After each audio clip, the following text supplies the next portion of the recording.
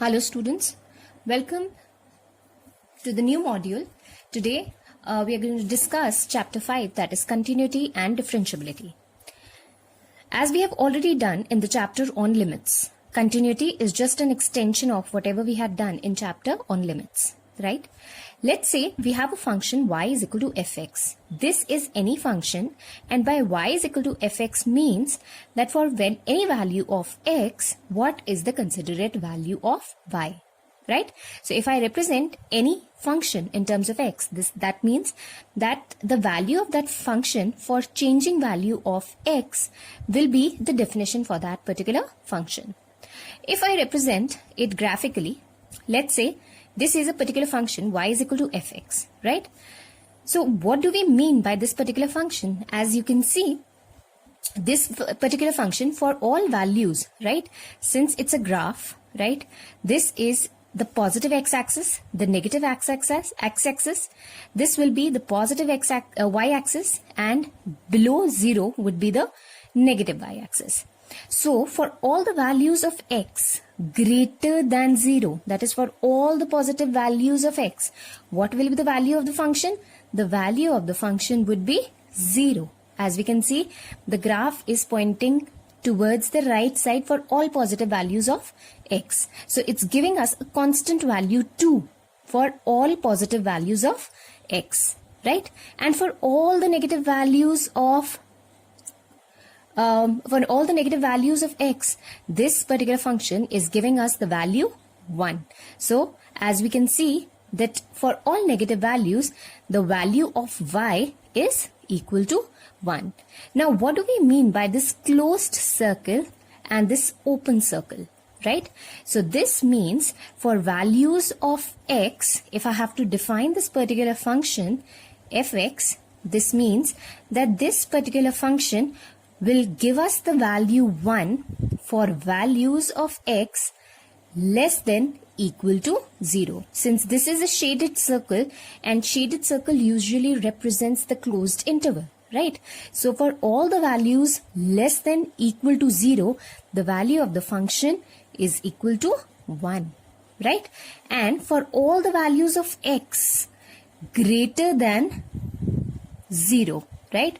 For greater than 0, because here this particular function is represented with an open circle, and open circle never includes, it represents the open interval. It never includes that particular value. So 0 will not be included here.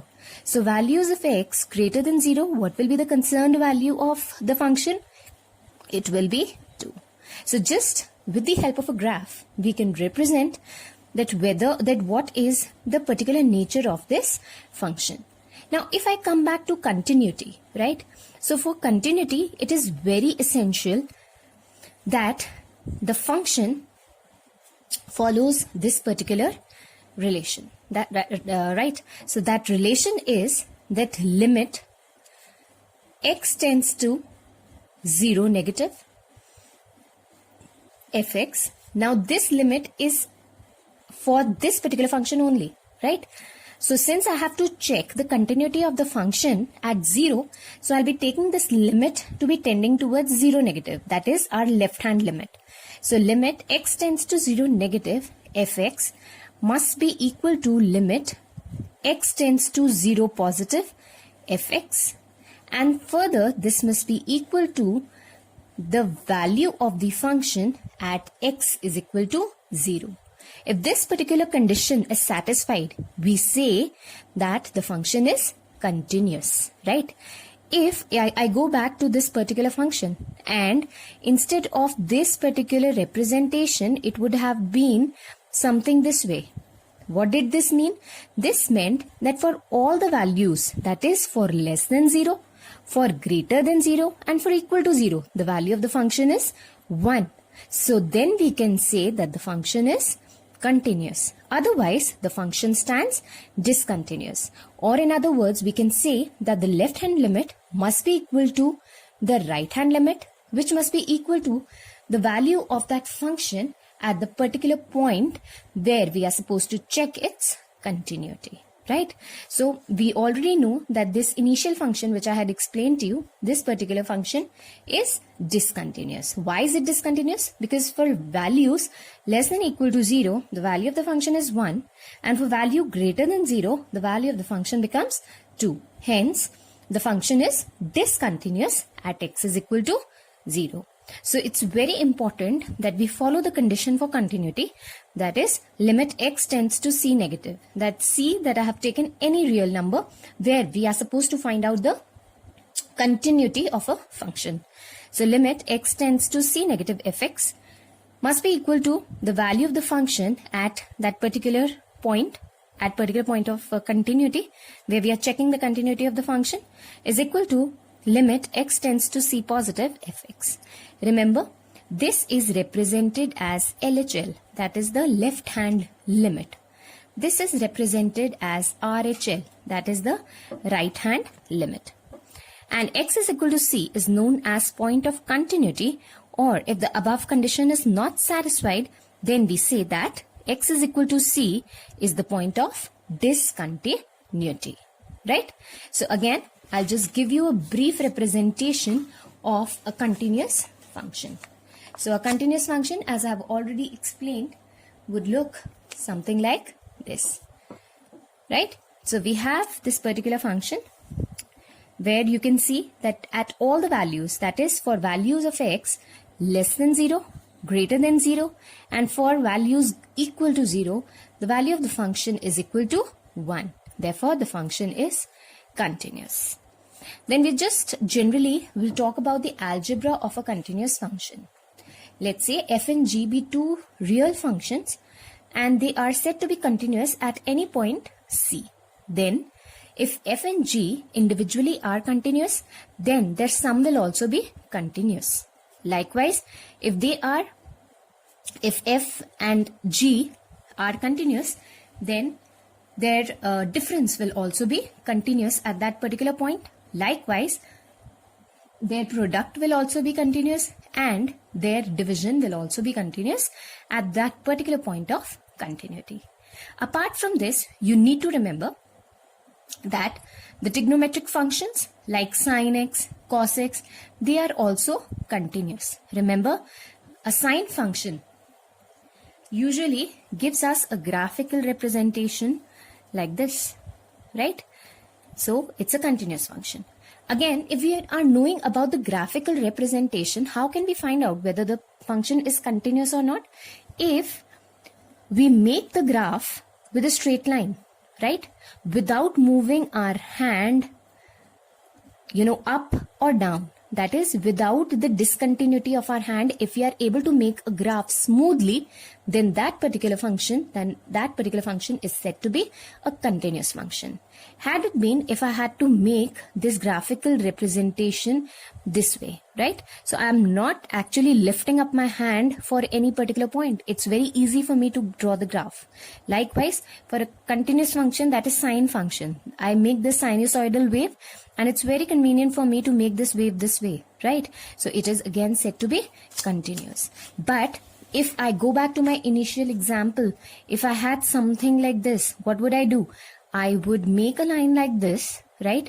And then I would have lifted my hand, taken it up, and then drawn this particular line for values greater than 0, right? So again, I had to lift up my hand for the same. So in other words, with the help of graphical representation, we can easily state that whether the given function is continuous or is it discontinuous. All right? Okay. So I hope it's clear to you all.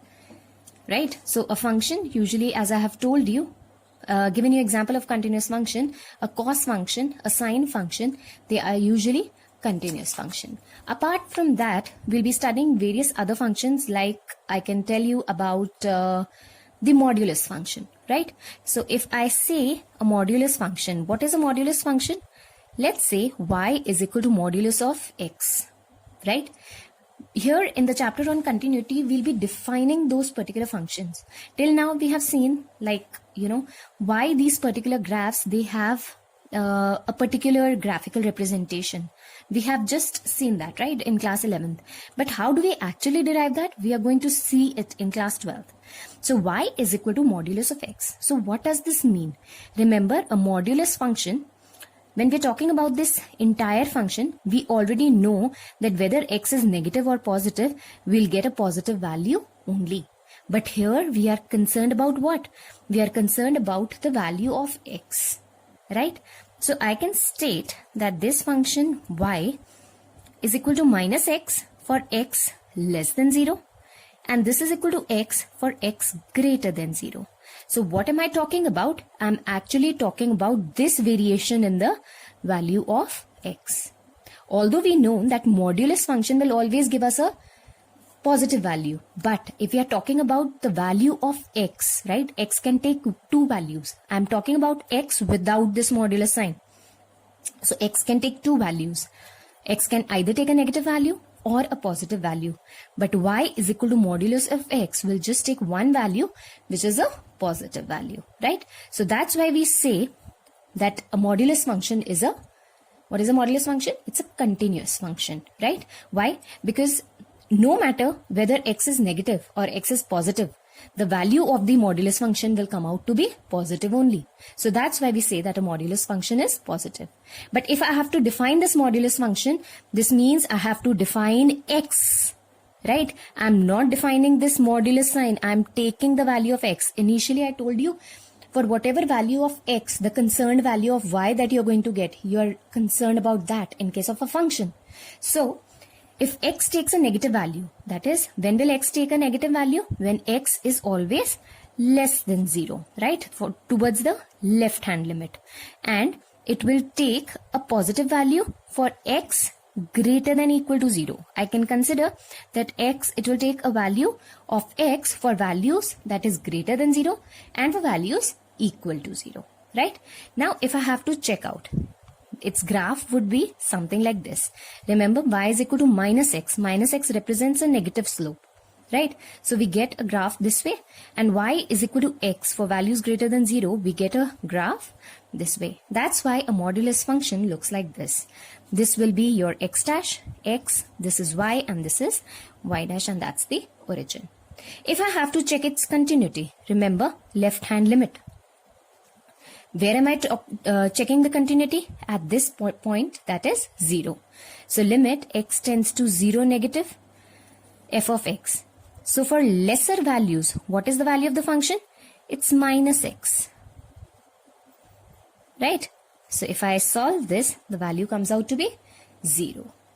Likewise, my right hand limit x tends to 0 positive. For values greater than 0, what will be the value of the function? X. If I insert this value, what do I get? This will be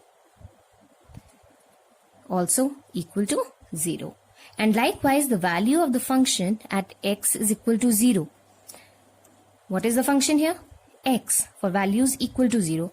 Therefore, we have the value as 0, 0 and 0 for all the three conditions. That's why, what can we say? We can say that the left hand limit is equal to right hand limit is equal to value of the function at x is equal to 0. Therefore, a modulus function is also said to be a continuous function. I hope it's clear to you, students. Let's move on to our exercise, that is exercise 5.1. Our very first question, that is, we are given a function fx is equal to 5x minus 3 is continuous at x is equal to minus 3 and at x is equal to 5, right? So we are supposed to check out the continuity of this function at 2 points, that is at minus 3 and x is equal to 5. So let's check out its continuity at x equal to minus 3, right? So we have, first of all, let's go by the left hand limit, right? Remember, in such questions, we'll be going with this particular property, with this particular condition. That is, the left hand limit must be equal to the right hand limit must be equal to the value of the function at that particular point where we are supposed to check out the continuity. So going with the left hand limit, we have limit x tends to minus 3 negative fx is equal to limit x tends to minus 3 negative 5x minus 3, that is our function, right? Now, putting the value of x as minus 3, what do I get? Minus 15 minus 3, which is minus 18. Okay. Now, we come to the right-hand limit. Right-hand limit means all the terms that are towards the right of minus 3, that are greater than minus 3. So, we have limit x tends to minus 3 positive, 5x minus 3. Putting the values this way, we get the value as minus 18 again. And again, the value of the function at minus 3 comes out to be minus 18. So what have we observed? We have observed that the left-hand limit is equal to the right-hand limit is equal to the value of the function at that particular point. Therefore, the function fx is continuous at x equal to minus 3. Right? Similarly, we come to the second part where we are supposed to check the continuity of this function at x equal to 5. So again, the function is the same, but the point of continuity changes, right? We'll be following the same procedure here too. We go with the left-hand limit, right? So that is x tends to 5 negative, fx is equal to limit x tends to 5 negative, function is 5x minus 3. Taking the value of x as 5, so we have 5 into 5 minus 3, that is 22. Likewise, we'll check the right-hand limit. Limit x tends to 5 positive, fx. Limit x tends to 5 positive, 5x minus 3. Now, as you already know, that in case of limits 5 negative and 5 positive, what does it stand for? 5 negative means the values which are lesser than 5, but very, very close to 5. For example, 4.999 is very much close to 5. So it means we are talking about this, right? And what about, 5 positive? The value is just greater than 5 and are very much close to 5. That is 5.0001. These are values that are very close to 5. So approximately we take them equal to 5, right? So it's 5x minus 3. Putting the value as 5, we get here 22. And again, we need to check at x is equal to 5. The value of the function is 22 again. Therefore, we say that the left-hand limit, the right-hand limit, and the value of the function at x is equal to 5, they are the same. And hence, what do we say? We say that the function is continuous.